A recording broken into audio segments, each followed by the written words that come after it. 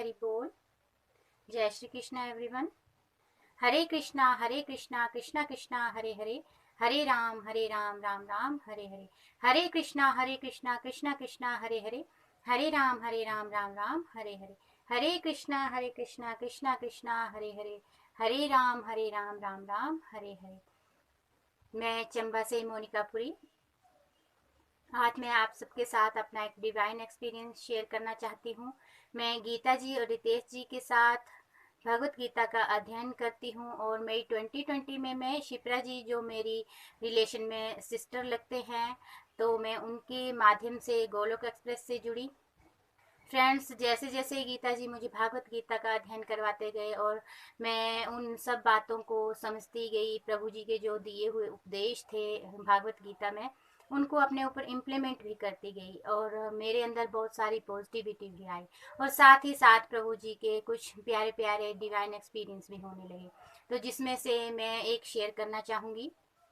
Friends, बात है कार्तिक मास की और जैसे ही निखिल भैया जी का सुबह का मैंने सत्संग ज्वाइन किया था, तो निखिल भैया जी कह रहे थे कि हमें कम से कम एक दिन इस महीने में एक दिन गाय की पूजा करनी चाहिए।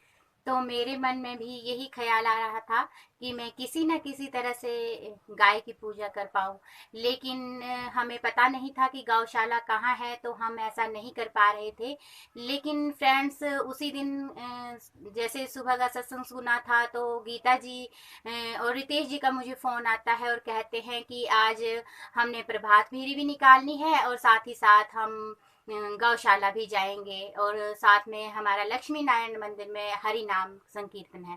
तो फ्रेंड्स, मैं तो बहुत खुश हो गई और मुझे तो ऐसे लगा कि प्रभु जी ने मेरे मन की बात को सुन लिया और मैंने वैसे भी प्रभु जी के आगे प्रेयर की थी कि प्रभु जी, मैं भी गाय की पूजा करना चाहती हूँ और दर्शन करना चाहती हूँ। तो प्रभु जी ने देखो किस तरह से मेरे मन के भाव को पढ़ लिया और जस्ट थोड़े ही समय में मुझे ये वाली न्यूज़ मिल गई कि हमने जाना है। तो हम काफ़ी उत्सुकता से सुबह प्रभात फेरी में गए, फिर गाय मतलब गौशाला में गए, फिर गाय जी के दर्शन किए और वहाँ पर भी हरि नाम संकीर्तन किया। साथ ही साथ फ्रेंड्स, एक डिवाइन एक्सपीरियंस मेरे लिए ये भी बन गया, प्रभु की कृपा ही हुई कि वहाँ पर फर्स्ट टाइम ही मैं गई थी, नितिन भैया जी के साथ मिली। फिर वहाँ पर मोहनी आंटी जी थे, प्रीति भाभी और बहुत बाकी भी हरि भक्त थे। तो वहाँ पर मुझे एक भजन शेयर करने का भी मौका मिल गया। तो देखो फ्रेंड्स, किस तरह से भगवान जी हमारे भावों को जान लेते हैं। और जैसे निखिल भैया जी समझाते हैं ना कि अगर जब हम आध्यात्मिक डिजायर रखते हैं तो वो तो बहुत जल्दी जल्दी प्रभु पूरा कर देते हैं। तो सच में मेरा भी कुछ ऐसा ही है कि जब भी जैसा भी मैं कोई डिजायर करती हूँ, प्रभु जी के साथ इच्छा करती हूँ, तो प्रभु जी जल्दी से पूरी कर देते हैं। और फिर शाम को भी हमने लक्ष्मी नारायण मंदिर में गए और मिलजुल कर हमने दीप दान किया, हरि नाम संकीर्तन किया और बहुत आनंद उठाया। तो फ्रेंड्स, मैं ये सब कुछ आपके साथ इसलिए शेयर कर रही हूँ क्योंकि जब फ्रेंड्स हम भगवान जी के साथ नहीं जुड़े होते हैं तो प्रभु की ब्लेसिंग होती तो है, लेकिन हम उसको समझ नहीं पाते। लेकिन जब से मैं गोलोक एक्सप्रेस से जुड़ी हूँ और भागवत गीता का अध्ययन कर रही हूँ, तो मेरा रिलेशन जो है वो प्रभु जी के साथ स्ट्रॉन्ग हो गया है। और पहले तो भगवान जी के साथ हमारा इतना स्ट्रॉन्ग रिलेशन नहीं था और इन ब्लेसिंग को महसूस भी नहीं करते थे।